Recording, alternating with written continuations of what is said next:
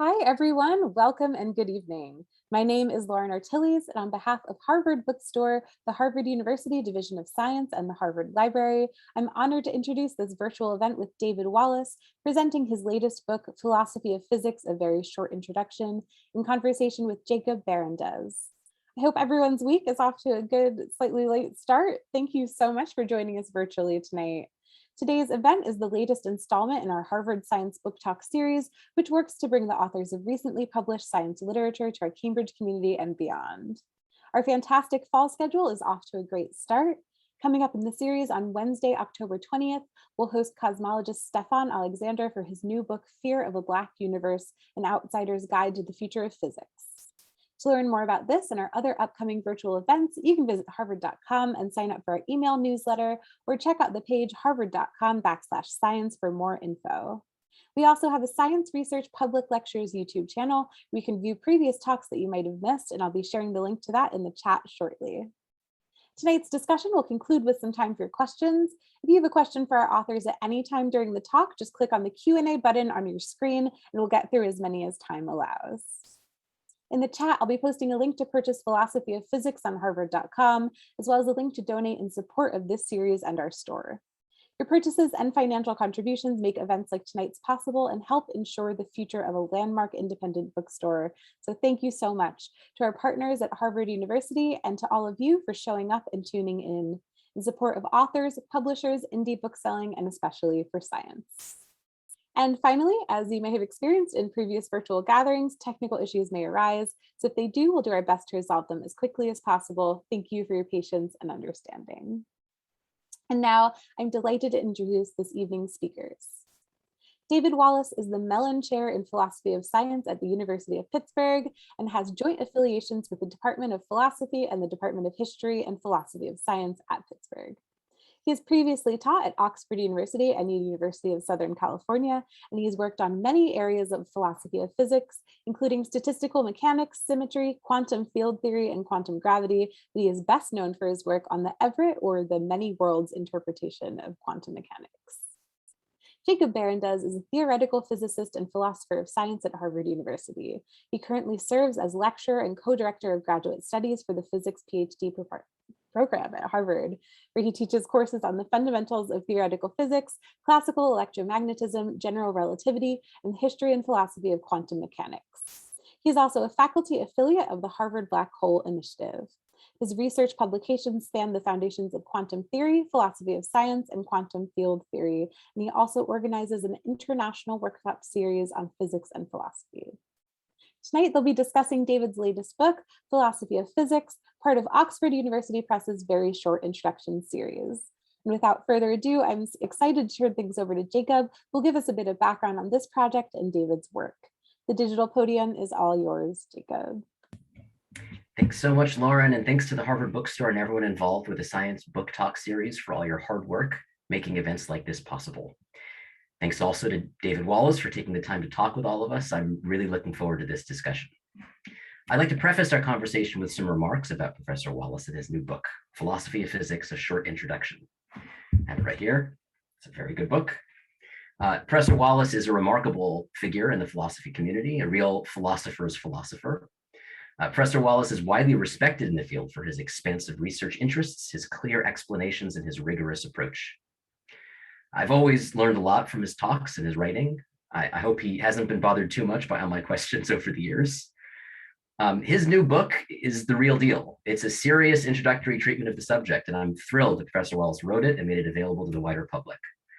If you want to get a real sense of what philosophers of physics are thinking about, what we're doing, then I highly recommend reading this book. I very much enjoyed it. It's the kind of book where, as you're reading, you say to yourself, hey, why didn't he bring up this issue? Oh, wait. He does in the next paragraph. Great. You do it over and over again. He manages to think of everything. This is definitely a book I'd include in teaching a course on philosophy of physics. All right, so with that, let me start by asking Professor Wallace, maybe you could begin by setting the stage a little bit for all of us. Why did you write this book? What were your goals? I mean, the short and the immediate answer is always you see a gap, you see a gap and you wish to fill it. I think there's been a lot of if you look at introductions you can find to philosophy of physics, you can find a bunch of books that very much start as a philosopher's route and start with sort of classical physics and classic issues in physics, and maybe at the end of the book just about make their way into more contemporary physics. And you can find a bunch of popular science books, some very good books, which touch on philosophical topics in passing as they explain quantum theory or the theory of relativity or something like that. But I didn't think there was really a good, generally accessible explanation of what philosophy of physics itself was and what the questions it currently engages with are. I mean, those questions, by and large, are connected with some of the more cutting edge bits of physics, with quantum theory, with statistical mechanics and thermal physics, with special and general relativity, with the kind of things that are the bread and butter of contemporary theoretical physics. And I think if you don't present philosophy of physics in a way that really showcases the way it engages with these contemporary pieces of physics, you miss the kind of beating heart of the subject. Equally, I think while there are wonderful popular presentations of quantum mechanics, of relativity, to some extent even of thermal physics, they tend to kind of downplay what's philosophically and conceptually contentious about those frameworks. You can read these accounts and, with the partial exception of quantum theory, you can get the impression that, of course, in the historical development of these subjects, there were conceptual puzzles. Thank goodness we've solved them all. And I wanted to write something that that got across to people the fact that these sort of deep conceptual controversies are still there. They're still important. They're things that that can inform and be informed by current physics. They're things that should be interesting to practitioners of the subject and not just to sort of historians or lay observers. That's great. It's good lead into my next question. So what exactly is philosophy of physics? Is it a part of philosophy or philosophy of science? Is it a part of physics? Is it something else entirely? Well, as I say in the book, then even asking that question 200 or 300 years ago wouldn't have made sense. I mean, I think of philosophy as what you do when you're confused and when you haven't got the subject clear enough that you've got a clear and agreed methodology. And so, 300 years ago, philosophy was physics and physics was philosophy. And after Galileo, after Newton, after the developments of the 17th century, then you start seeing a delineated theory of physics. But you still have a bunch of conceptual puzzles all the way through physics. Questions about what space and time and motion are, questions about where assumptions come into the theory about the direction of time, questions about how you understand the quantum parts of the theory. There were always foundational questions of this kind. Newton wrote philosophy of physics, Einstein did philosophy of physics. And so a big part of the subject, I mean, the part I'm most engaged with really is this set of conceptual foundational questions that are really continuous with the practice of physics itself. In addition to that, that's the sense, I suppose, in which philosophy of physics is kind of like physics. Philosophy of physics is kind of like philosophy of science because good philosophy of science has to engage with the details of the science.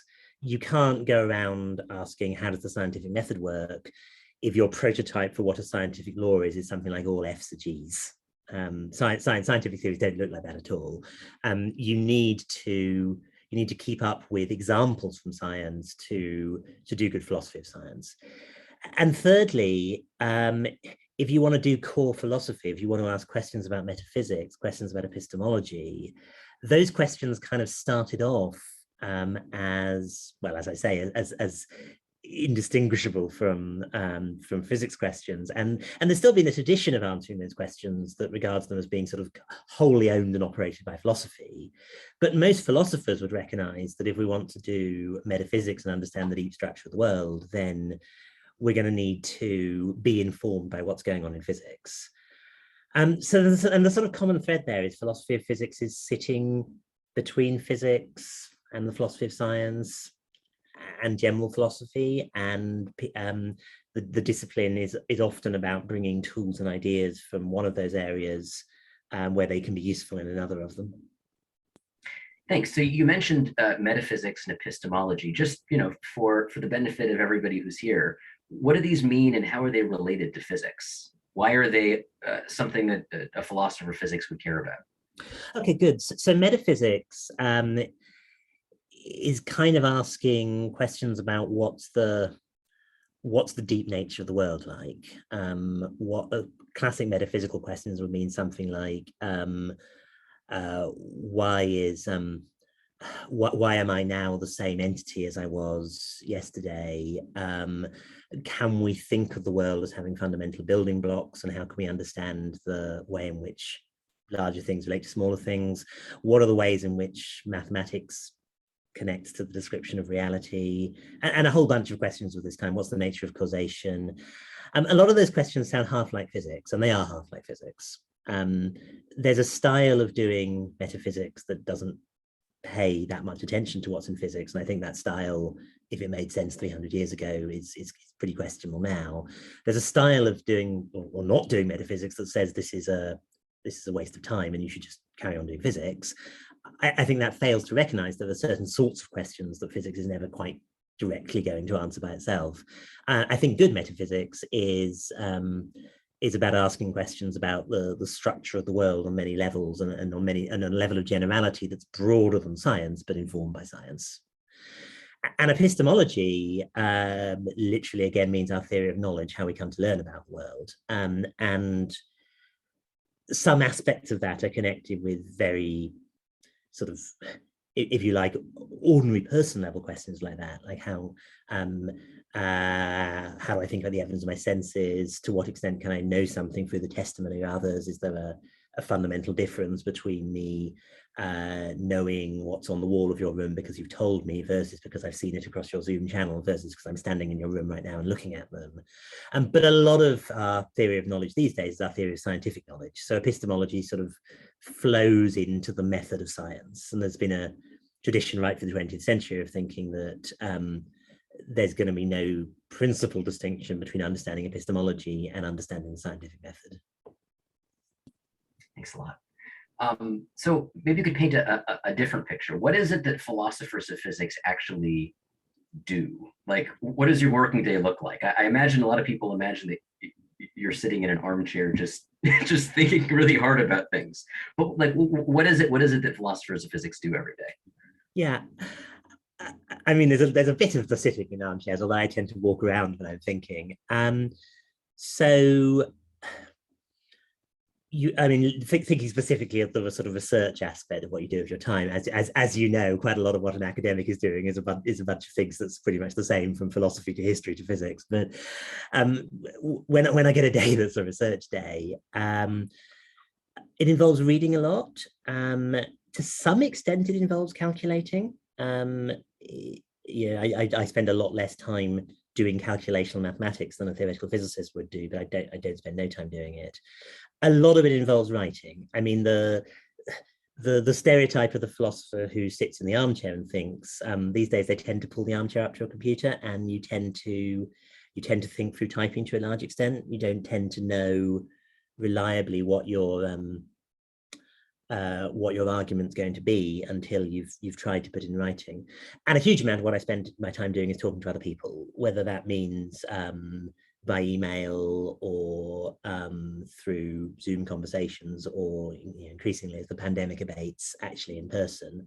A subject like this, if it's interdisciplinary, requires you to spend a lot of time comparing notes with other people, finding people in physics who are interested in these topics and seeing how their perspective on it compares to yours, asking just technical silly questions, you've understood the subject as well as you can through textbook and review article level understanding and reading about it, and you need that level of understanding to ask good questions, but you'll never fully understand something just on the basis of that. You need to actually talk to experts and engage with what they think. So a random one of my days is going to be kind of mixture of reading and learning, presenting my ideas to others and hearing about their ideas, scribbling things on a whiteboard or on a notepad and trying to think things through, trying to write up arguments and see where they go wrong, and a certain amount of just sitting in the armchair and thinking. I should just as an important note to everybody, I don't recommend pushing an armchair up to a computer. It's not good for the posture. It's not good. So you mentioned mathematics. What role does mathematics play in the work of a philosopher of physics? How does that compare with maybe other areas of philosophy? I just say, in my experience, philosophers of physics do a tremendous amount of mathematics. I mean, we're here to talk about your more recent book, but your earlier book, which I also highly recommend, The Emergent Multiverse, has a tremendous amount of very rigorous mathematics in it. So maybe talk a little bit about that, but maybe more broadly, what kinds of skills and interests would someone need to pursue an academic career in philosophy of physics? I happen to know there are some people in the audience who are interested. So I'd be curious if you're willing to share a little about that. Sure. I mean, let me answer both of those separately, or they kind of overlap. I mean, as you know, you can't do physics without mathematics. You can't even understand physical theories without mathematics. So the minimal level at which you need to use mathematics is that if you want to understand the content of a physical theory, you need to understand the mathematical language it's written in. And that can get very sophisticated very fast. And to a large extent, if you want to talk about a theory in physics, you need to talk in mathematics. So a typical philosophy of physics paper will have a lot more words in it than a typical theoretical physics paper, but it's quite unusual to find a philosophy of physics paper that has no equations at all. As a rule, as a philosopher of physics, you're a consumer of mathematics, I think, more than a producer. So there are some theorems and some calculations in my more technical work in my other book, which I'm kind enough to mention. But to a large extent, I'm presenting and discussing and using the mathematical work done by others. I suppose one difference, another difference between the sort of paper even quite a technical philosopher of physics might write and a physics paper is in a physics paper, very often the words are a sort of not that much more than a decoration to the carrying out of the argument in mathematics. I've had conversations with physicists who have discovered that some philosopher of physics has close read some of the words they put in their paper, and they're kind of horrified because they say, well, like, I kind of bashed that bit up quite late. What I actually wanted to present was the calculation. That's really not the case in a philosophy of physics paper. The words and the verbal argument is carrying a lot of what you're doing, but you often still need the math to interface with what the actual content of the theory is. And sometimes you're actually proving a theorem. Sometimes you're actually you need some consequence of a theory, and the way you extract the consequence of the theory is proving something about it or calculating something in it. As far as the skill set you need, so I always tend to think that philosophy of physics, because it's interdisciplinary, is being disciplined by at least one of kind of core philosophy, applied mathematics, mainstream theoretical physics, or the history of the science. So you need to be able to do at least one of those things. So my own background is in theoretical physics. I did a physics PhD, and then as the questions became I was interested in increasingly started being sort of the questions that were a better fit for a philosophy of physics program, I kind of moved across after my PhD. Other people come in from a pure math background. Other people come in with a pure philosophy background. Some people come from history of science. You need to know, to do the contemporary philosophy of physics, you need to know enough physics to be able to read the research literature. So you need you need to have acquired at least kind of graduate level physics, the kind of level you get at doing grad courses in a physics PhD. But a lot of people will pick that up informally rather than through having done a proper physics PhD or master's. I think a lot of what you need really though is a willingness to do a sort of work that means you're never going to know all of that material, so you're always going to engage with other people to get it. In the field, what I tend to bring to the table is a reasonably strong grounding in the kind of messy methodology and style of doing things that modern physics tends to use. And I know how to read the theoretical physics literature, and I know kind of how to intuit the kind of approximations and rough edges in a physics calculation. I respect the history of physics, for instance, enough not to try doing it myself, because I know people who do it well, and I kind of learn from them if I want to make a historical observation in my work. I learn from people whose skill is in a purer and more rigorous style of mathematics. I learn from people who are better connected to sort of core philosophy, and I know enough of those disciplines to ask sensible questions about them. I mean, you can't do interdisciplinary work without knowing quite a lot about the bit of the discipline that isn't your own specialization, because without that, you can't ask the intelligent questions. That's great. And your comment before about words, it's very true. I mean, I can remember times when I would pace for hours thinking about a single word and making sure it was exactly the right word that needed to be said. And it's a very different style from when I'm doing physics. So let me move on a little bit more closer to the book. So you talk a lot in the book about what seem like pretty tangible ways in which philosophy of physics has changed and evolved over time. I know I often get this question a lot. I'm interested to hear your thoughts on it. What does it mean for any discipline in philosophy to make progress? Good. So the normal line I have about this, although in honesty it's not a super good fit to philosophy of physics, is that the way you get really major progress in philosophy is that you stop calling the area in question philosophy. It goes back to my comment about physics breaking off from philosophy. So do a classic philosophical question, for instance, is what's the nature of matter? Not just in the sort of not in some very abstracted what could it possibly be for them matter, but is matter made out of particles or not, for instance. That was a philosophical question in antiquity. It was a philosophical question we made such fantastic strides in answering that we've stopped calling the area of philosophy that studied that question philosophy. Mathematics is a big piece of philosophical progress from antiquity. Physics is a big piece of philosophical progress from the 17th century.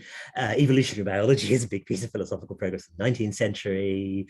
Computer science is a big piece of philosophical progress in the 20th century, and so on. So that's the kind of big picture way in which philosophy makes profound progress. At the smaller scale, I think philosophical progress generally comes from clarity.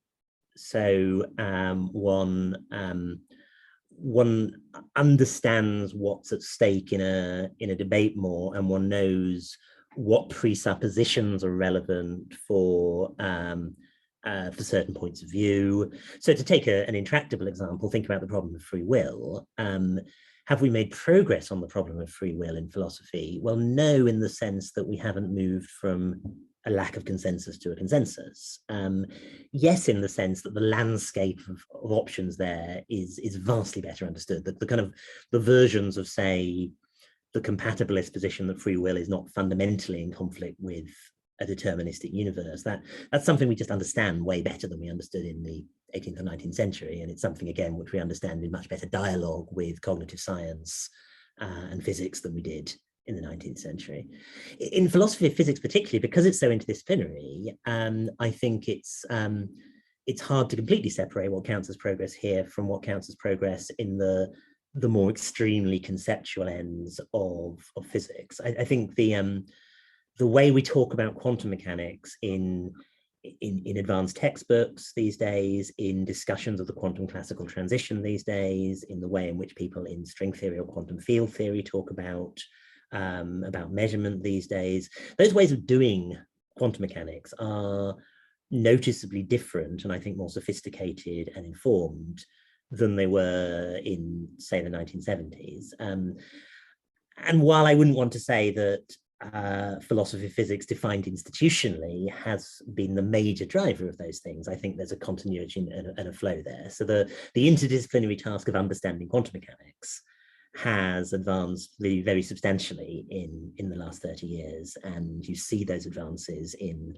the way the subject is used. It's just there's a kind of confusion of the way people talked about quantum mechanics in the 70s all over the literature that is very much more in abeyance in the 2020s. We understand quantum mechanics better than we did, and understanding quantum mechanics in that level is what I regard as a philosophy of physics project. As I say in the book, it's a book about philosophy of physics as a kind of a subject matter, and not so much where it's done institutionally. And it was a bit of an embarrassment to the institutional discipline of philosophy of physics. The clearly most influential philosopher of physics of the 20th century is Einstein, and the clearly second most influential philosopher of physics of the 20th century is John Bell. And both these people are physicists. I think my discipline hasn't always worked as hard as it could to actually make those interdisciplinary links and that talking to people across the fields as it could be.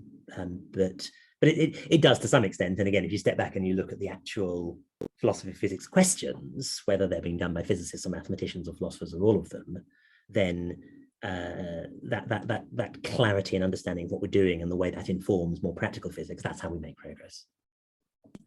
Yeah, so there's the question of the institution of philosophy of physics, but also the style of philosophy of physics. And the style of philosophy of physics is something that physicists have practiced also.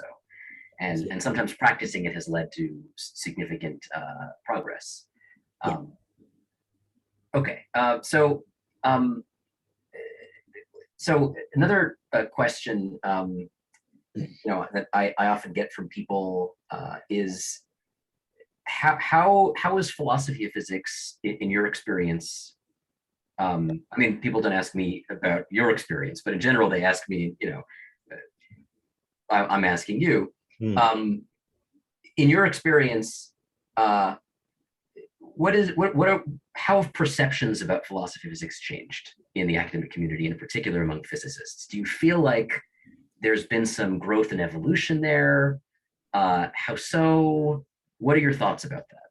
So I'm optimistic about this. I think that, well, I suppose just personally, I don't find it very difficult to have conversations with at least a respectable fraction of people in physics about these topics. I mean, the majority of people in physics are not interested, and that's fine. I mean, there needs to be a division of labor.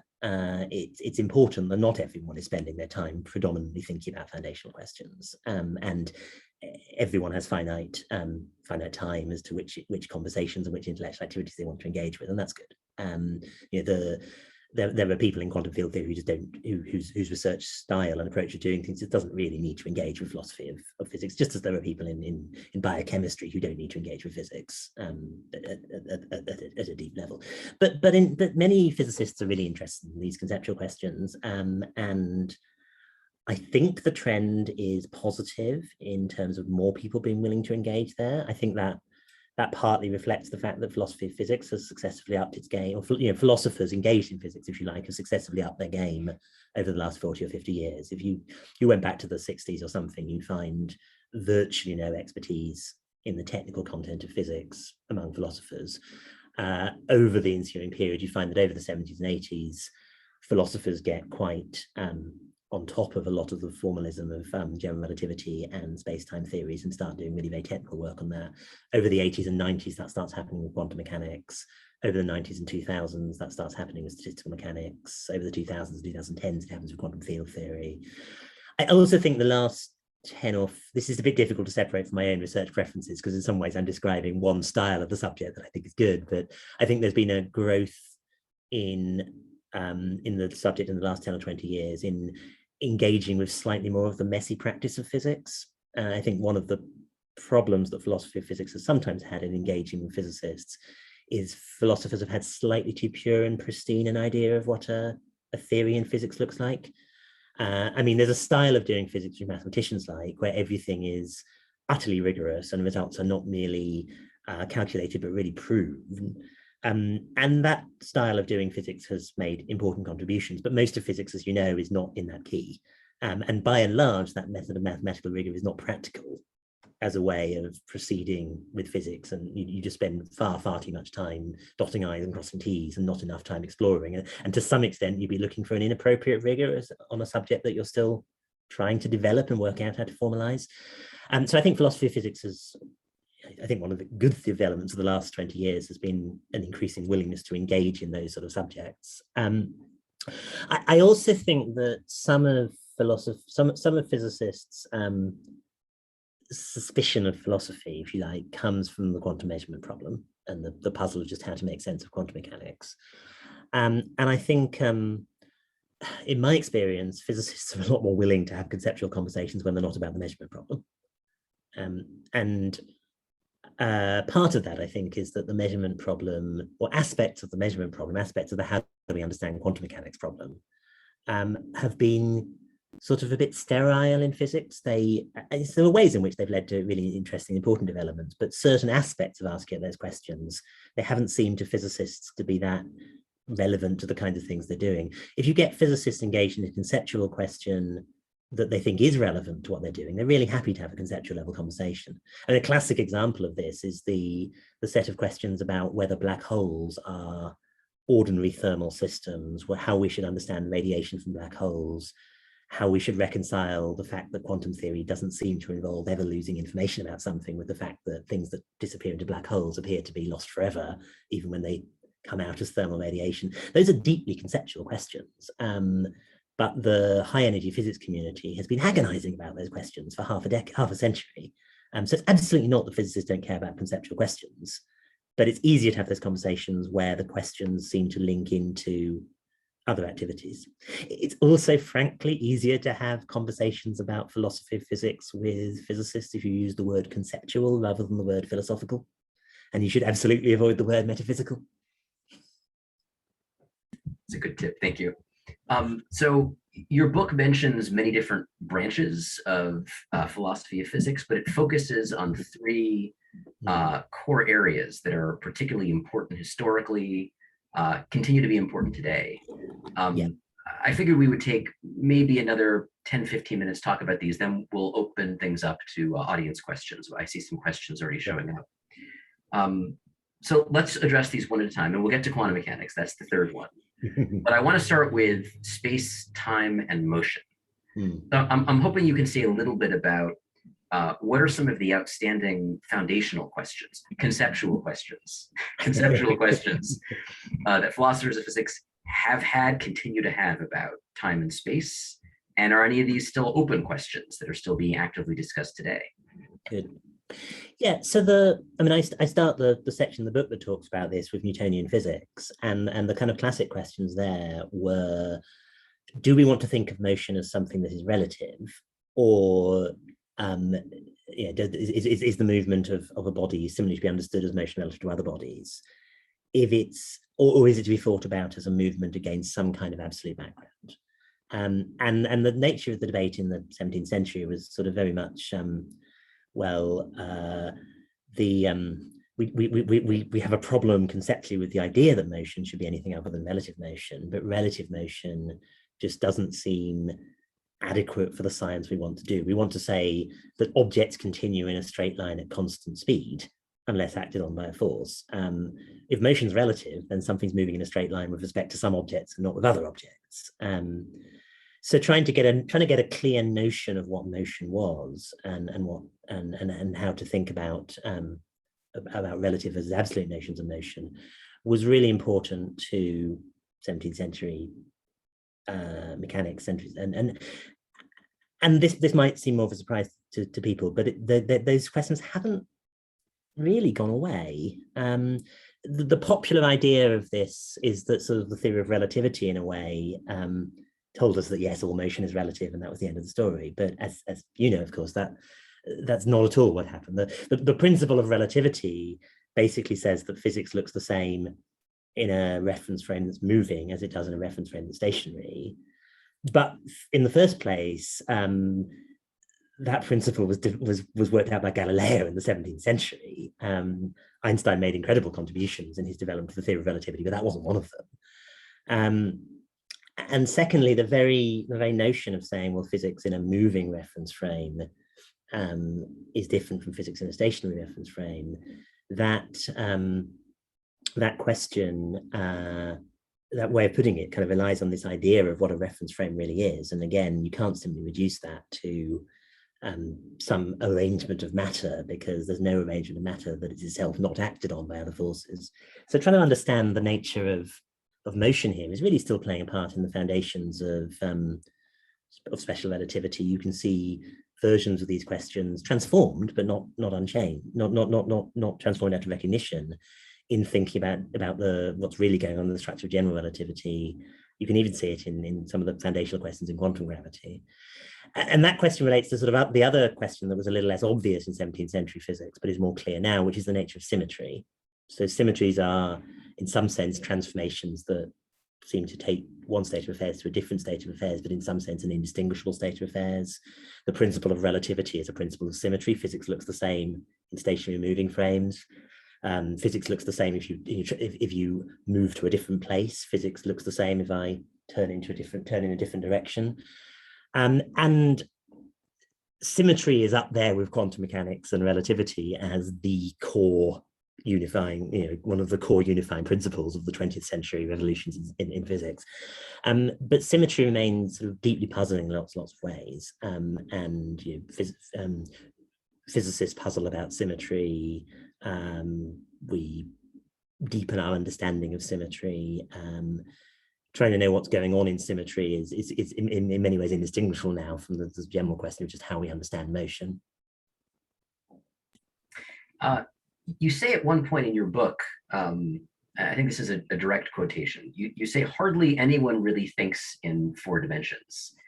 I may have read this somewhat differently for most people, because when I read that, I thought to myself, hardly? Is there someone out there whom I don't know, who actually thinks in 4 dimensions, or are you just being like a rigorous philosopher and not wanting to say a blanket statement? I think Roger Penrose claims you can think in 4 dimensions sometimes, and I'm not going to argue with him. Okay, that's a fair point. I know mathematicians who will sometimes say that they'll use certain sorts of ways of visualizing 4 dimensions. They'll try to borrow time as a way of visualizing an object change. If you look at an object in a different time, is a kind of surrogate for looking at different 3-dimensional cross sections. But I think this again might be a quote from Penrose, some kind. Maybe there are ways of helping yourself think in 4 dimensions, but in doing physics, we need to be able to think in 6 times 10 to the power 23 dimensions, and no one can do that. So at some point, you're always going to have to stop doing that. That's a fair point.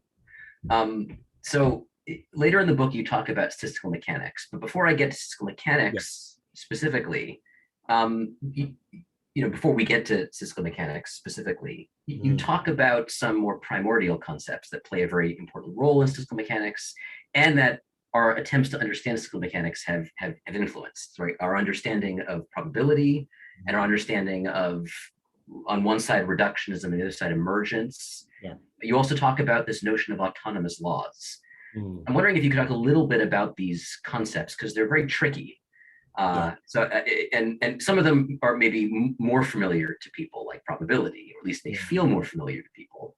When I teach classes that involve probability, I always start by asking students to define what a probability is, and it's always a lot of fun. So maybe you could talk a little bit about these concepts, and maybe especially the ones like reductionism and emergence and autonomous laws that might be less familiar.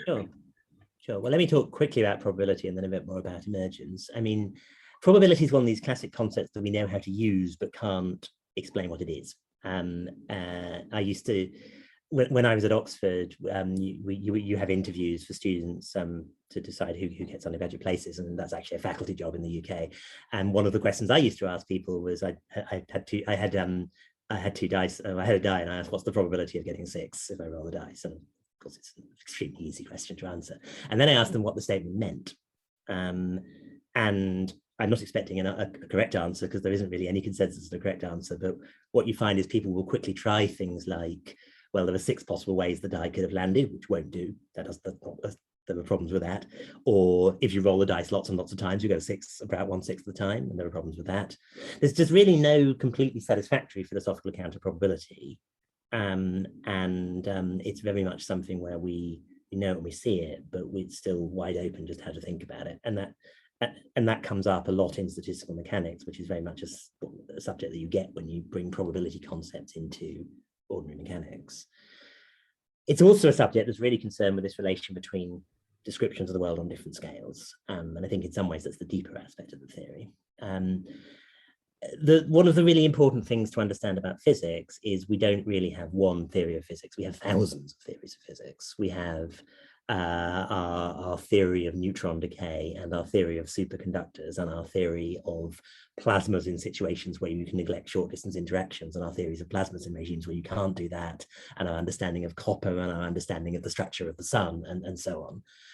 And we know a lot about how these subjects connect one to the other, but we very often know a lot more about how to describe the world at some level of description than we do about how that level of description relates to some lower level of description. So physicists often use the term phenomenological to describe situations where I've got an account of what something's doing that doesn't reduce to its microphysical constituents. So we had a phenomenological understanding of superconductors long before we had a microscopic understanding of why that phenomenological account was correct. And there are still superconductors for which the phenomenological account works fine, but we don't really have a microphysical understanding of them. So what we're really doing in physics is gaining evidence and information about the world at lots and lots of different scales, and then trying to see how the different levels of scales are stitched together. And when physicists in their more expansionist moments say that the standard model of particle physics underpins every experiment you could possibly do in physics, all of that has an enormous promissory note about being able to do all of those stitchings together. I mean, if my particular experiment was something like I'll take a glass and drop it on a hard floor and ask how many bits it breaks into, good luck calculating that from the standard model of particle physics. So there's a lot of that doesn't mean that we don't understand anything about these connections. I think we understand a lot of them. We have a partial and deepening understanding of the connections. A fantastic amount of physics is about how to do these, how to understand these connections. And statistical mechanics in many ways is the language we use to do these connections. And then the puzzles about this, the way I break it down in the book is sort of twofold. There are two funny things that happen when you go from lower level physics to higher level physics. One of the funny things that happens is probabilities turn up. That goes back to the earlier comment. And the other, and I think deeper funny thing that happens is that processes develop an order in time. Microscopic physics doesn't really care about the difference between the past and the future, but macroscopic physics really does. There's a clear, if I show you that video of the glass breaking, it's completely obvious in which direction I showed you the video. If I showed you a picture of a single ball bouncing, you'd have to pay a lot more attention to know in which direction the video was being played. And the only reason you could really tell was because the ball would gradually slow down. And that's really happening just because the pretense that there's only that the ball is a single indistinguishable, unbreakable particle stops working and the energy leaks out of the system. So the philosophy of statistical mechanics is very much about, I think, how to understand these emergence relations, but how to understand them in a way that in particular allows us to understand the role that probability is playing and the way in which we get an irreversibility, a distinction in past and future. Thanks a lot. So we have just a little bit more time before I want to turn to audience questions. So we couldn't miss the opportunity to talk a little bit about quantum mechanics and the foundations of quantum mechanics. So obviously we should talk about the measurement problem. It'd be great if you could give a nice explanation of the measurement problem. But I think, as you pointed out, the measurement problem's been around a long time. I think a lot of people associate philosophy of physics with the measurement problem, in particular philosophy of quantum mechanics to the measurement problem. But of course, there are other conceptual problems in quantum mechanics that philosophers of physics think about and that physicists also think about. So I'm wondering if you could talk a little bit about the measurement problem specifically, but maybe also some of the broader questions that are bothering people today about the foundations of quantum mechanics. Sure. I mean, there may be an interesting disagreement here. I mean, there's a certain sense in which I think that while there are other important problems in philosophy of quantum mechanics, you can't think about any of them without thinking about the measurement problem. And I'm anticipating what the measurement problem is here, but let's just say there are different ways of understanding quantum theory so profound that they transform almost any specific question you might have about the foundations of quantum theory. But that said, I mean, what is the measurement problem? Well, quantum mechanics, if you take it literally, seems to say that things can be in two places at the same time. It seems to say a particle can be here and there at the same time, or it could be doing two things at the same time. Maybe it says it's spinning to the left and spinning to the right at the same time, or it's going this way and that way at the same time. if quantum mechanics was decent enough to keep all of that confined to the microscopic, then we could just say that maybe the microscopic world is counterintuitive. We need new language to describe it. But quantum mechanics itself seems to say that if you magnify the microscopic up to the macroscopic, you could do that by measurement, hence measurement problem, but you could also do it by any number of natural processes that don't happen in the lab, but still magnify small differences up into large consequences. What happens, according to the theory, is that the doing two things at the same time comes to infect the macroscopic. So if I have a measurement device that would point this way if the particle is here and that way if the particle is there, then if the particle is here and there at the same time, then the quantum theory says that the needle is going to point this way and this way at the same time. And that's not just weird, that just seems pathological. That seems incompatible with our basic observations and basic sanity. I mean, Schrodinger's extreme example is if you kill your cat, if the particle is here and not if it's there, in which case your cat is somehow alive and dead at the same time. So the measurement problem is, how do you make sense of quantum mechanics and how do you make sense of these situations? Some strategies to do that have involved trying to change the equations of quantum mechanics. If the equations of quantum mechanics say that large objects can be in two places at the same time, so much the worse for the equations. The problem with those strategies is that the equations of quantum mechanics are pretty damn well tested. I often joke that philosophers like changing the physics, but physicists are a lot less keen. You could change your attempt of how to interpret theories of this kind. You could, for instance, try to say that quantum theory isn't really about the way the world is at all. It's just about probabilities of things. Maybe it's probabilities of measurements. Making that work tends to run you either into some hard mathematical no-go theorems about the impossibility of doing that, or into sort of quasi-philosophical problems about how, if you ever try to take measurement as some primitive notion that's written into your theory, you just lose all ability to analyze the measurements we do in the lab as physical processes. Measurement devices aren't found scattered across the desert by the Lord. They're technical gadgets that we build using the tricks of quantum mechanics itself. The way of thinking about the measurement problem I've worked most on goes back to whoever 50 years ago, which says, take more seriously this idea that things are doing two things at the same time. Ask yourself whether that's really contradicted by your observations. And in asking that, don't consult your intuitions as to what you'd observe, consult physics. And what physics says is, if I were to look at a cat that's alive and dead at the same time, I wouldn't see some weird indefinite cat. I would myself at the same time see a live cat and a dead cat. And if I told you about the result, you would at the same time hear me saying a live cat and hear me saying a dead cat.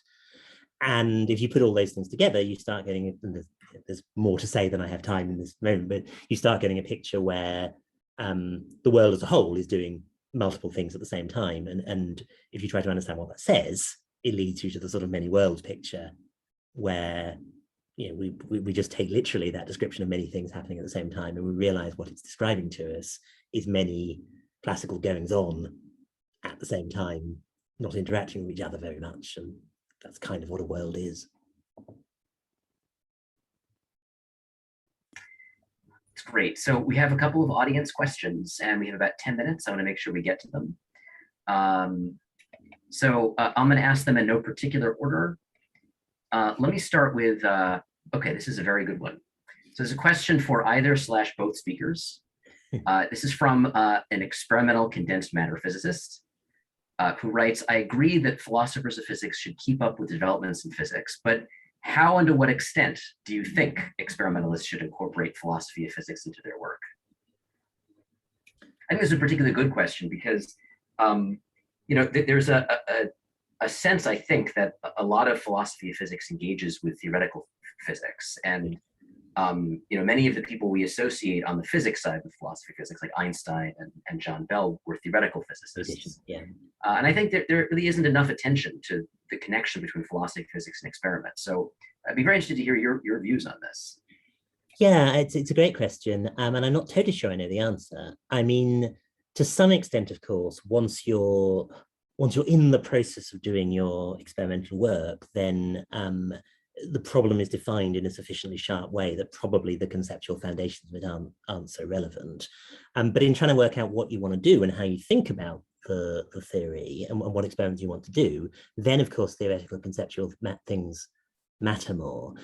Even so, I'm not sure at the level of, say, the foundations of quantum mechanics, how much the what the useful dialogues are between philosophy and experimental physics direct, rather than those that are sort of partially mediated through the theoretical physics and pedagogical understanding of the theoretical physics. But I kind of mean, I'm not sure literally. I think Jacob's dead right that a lot of philosophy of physics tends to be engaged more on the theoretical side, and even as somebody in the field who's probably a lot closer to physical practice than a lot of my colleagues, then it's still the case very much the physical practice I'm close to is theoretical practice. I think there's probably growth areas to connect more directly there. In terms of what should people be keeping track of in that field, I think one should be thinking about quantum mechanics in conceptual ways and trying to understand it well. If philosophers can help there, then great. I think some bits of philosophy of physics, some bits of my philosophy of quantum mechanics sort of shade into pedagogy, and I don't feel that's a bad thing to say about them. So perhaps just getting a deeper understanding of the quantum theory through reading whoever you find clear on the concepts is good. And if that happens to be people who are doing philosophy of physics, then I'd be really pleased about that. The other thing I'd say, I mean, not less in condensed matter physics, but in other areas of experiment. I mean, if one looks at contemporary cosmology, I think there are deep methodological questions that are coming up in contexts where you can't repeat the experiment a million times and where you can't do controlled experiments so much. And I think those are places where some issues from philosophy of physics and even general philosophy of science about what kind of thing counts as evidence and what kind of experiments are good to do sort of really come to the fore.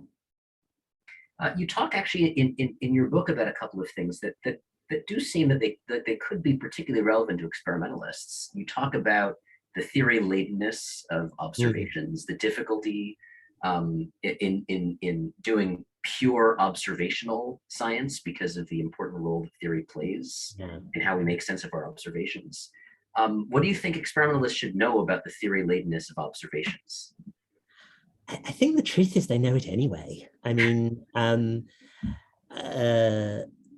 any good experimental physicist knows perfectly well that you're not remotely just getting. It's not like what happens in an undergraduate lab where you just turn up for your lab course and the experiment is all set up and then you run it and collect the data and analyze about it.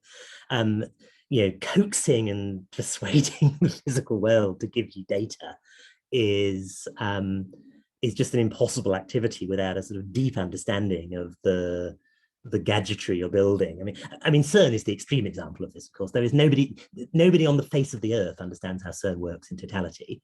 That's theory laden observation, if you like. The claim that CERN observed the Higgs boson is absolutely true, but it relies on so many pieces of our theoretical understanding of all the various bits and then so much collaboration about that, that you realize how distant something like observing the Higgs boson is from the sort of philosopher's caricature of an observation. It's just something you do with your eyes. Right. I don't know what maybe the general public understands about what it meant to see the Higgs, but it wasn't like we saw the Higgs zoom through visually in a screen, right? I mean, people are looking at histograms, and there's a tremendous amount of work you have to do to understand why a spike in a histogram corresponds to the observation of a new fundamental particle. So we have another question here. What is one of the biggest or most common misconceptions that physicists or lay people, but I think I'm particularly interested in the question about physicists. So the biggest or most common misconceptions physicists have, which philosophy of physics clarifies, in your opinion? Okay, good. The biggest one, I think, is probably that we understand statistical mechanics properly. I feel exactly the same way. That's maybe not one that I think most people jump to mind about, but I completely agree. I mean, when I was a physics undergraduate student, which was in the early 90s, by that stage, mid 90s, I guess, if I'm honest, by that stage, it was kind of an open secret that quantum mechanics was mysterious in some respects. But nobody told you that we profoundly didn't understand questions of statistical mechanics. Your intro lecture would sort of explain it and mention in passing that there were some historical things about reversibility and probability that back in the 19th century we didn't understand. And you come out of that lecture, and if you were paying attention, you still didn't really understand them. And you go to the textbooks, and none of the textbooks would tell you it was mysterious, but the textbooks would all give you different incompatible accounts of it. I think philosophy of physics first, for me, discovering philosophy of statistical mechanics was just a breath of fresh air. It's just a realization that actually we still don't fully understand these things, and there are still controversies to this day. But it's not that the cognoscenti in statistical mechanics don't kind of know that, but it's extremely well hidden from not so much the general public as the general community of people doing graduate work in physics. I think it's not that hidden. I remember when I was learning statistical mechanics, I kept going to the library and getting more and more books on the subject.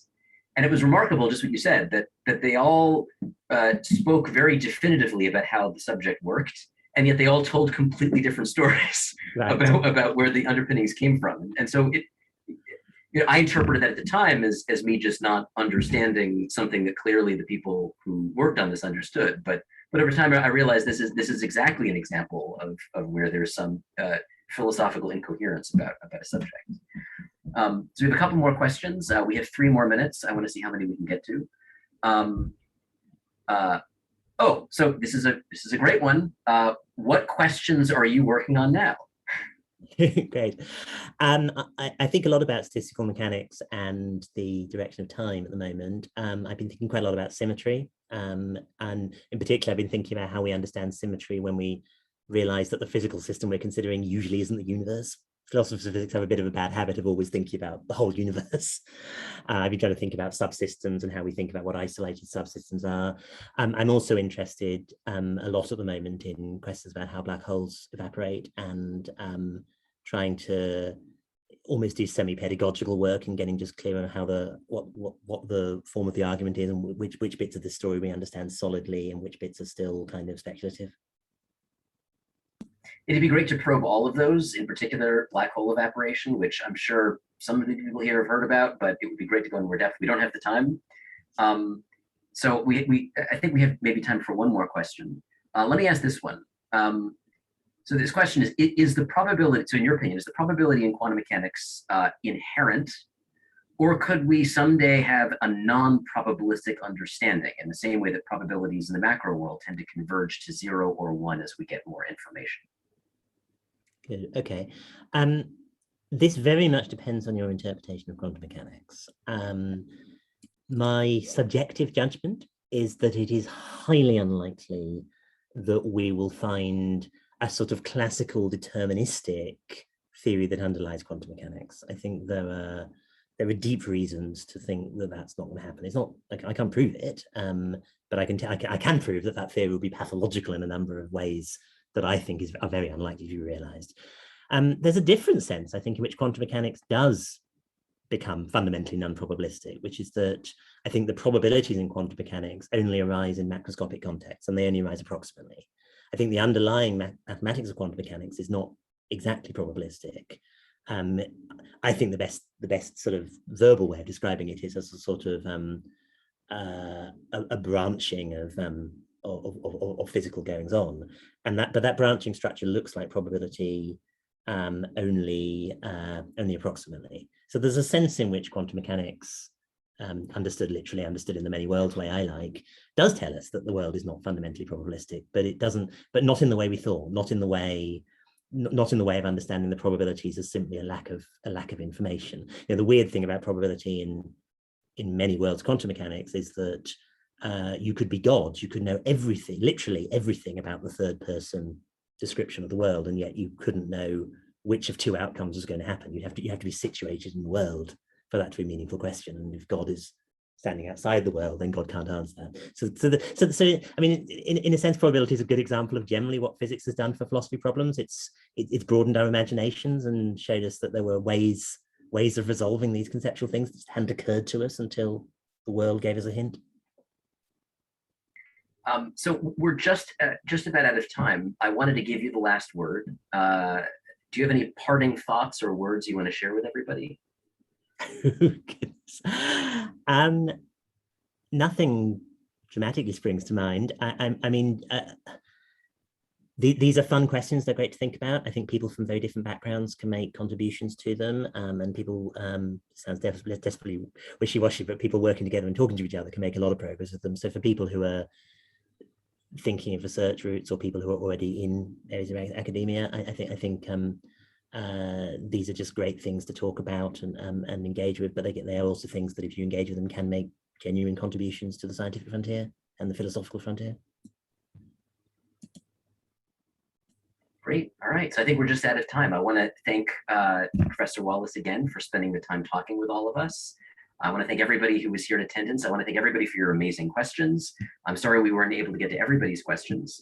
And again, I want to thank the Harvard Bookstore for organizing this. This particular book series, but all of your book talks have really been a wonderful thing in the middle of this challenging time. So thank you. Thank you so much. Yeah, I just want to echo that. Thank you, David. Thank you, both of you, for this fantastic conversation. And thank you for all of your thoughtful questions, audience, and for spending your evening with us. I just shared the link again in the chat to purchase Philosophy of Physics on harvard.com, or you can just go directly to harvard.com and search for it there. But yes, thank you so much.